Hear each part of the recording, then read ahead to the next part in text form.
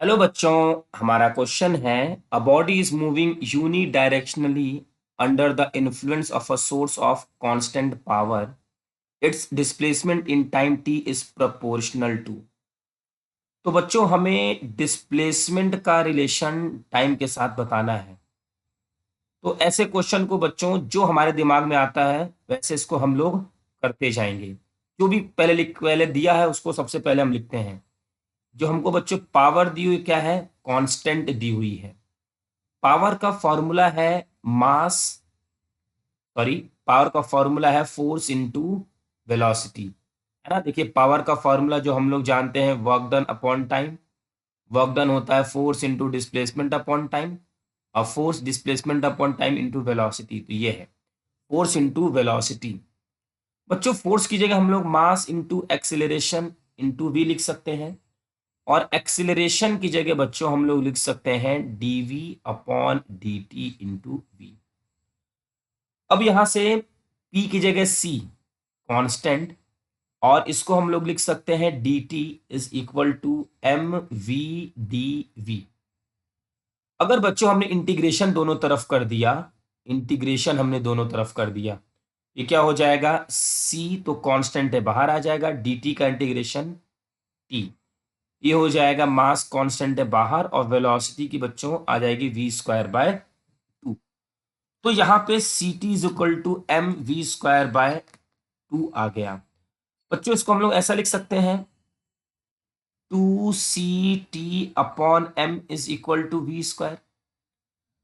Means V is equal to ऐसा भी लिखा जा सकता है, two C T upon M की पावर हाफ, और v को बच्चों D S upon D T लिख सकते हैं। हमारा मोटिव था s तक पहुंचना, क्योंकि s और t का कुछ तो रिलेशन पूछा जा रहा है। ठीक, यहां तक देखिए कहीं भी s नहीं था। यहाँ पे बच्चों D S upon D T है वेलोसिटी, और ये हो जाएगा two C T M one by two. अब उसके बाद बच्चों हम कुछ एजम्पशन ले लेते हैं। मान लीजिए लेट सी नॉट हम ले लेते हैं two C upon M, two C M तो सब कुछ कांस्टेंट है, टाइम ही तो वेरी कर रहा है। तो टू सी अपॉन एम की पावर हाफ को बच्चों हमने सी नॉट मान लिया, और सी नॉट क्या है हमारा, कांस्टेंट है, कांस्टेंट है। तो हम लिख सकते हैं इसको D S is equal to, इसकी जगह टू सी बाय एम की पावर हाफ की जगह सी नॉट, और यहाँ पे बच्चों लिख सकते हैं टी की पावर हाफ, और ये डी टी चला जाएगा कुछ इस तरफ। फिर इसका इंटीग्रेशन करेंगे, इसका इंटीग्रेशन करेंगे तो ये एस आ जाएगा, सी नॉट कॉन्स्टेंट है, टी बच्चों इसका इंटीग्रेशन होगा one by two plus one, one by two plus one कितना हो जाएगा, देखिए one by two plus one, ये हो जाएगा थ्री बाय टू।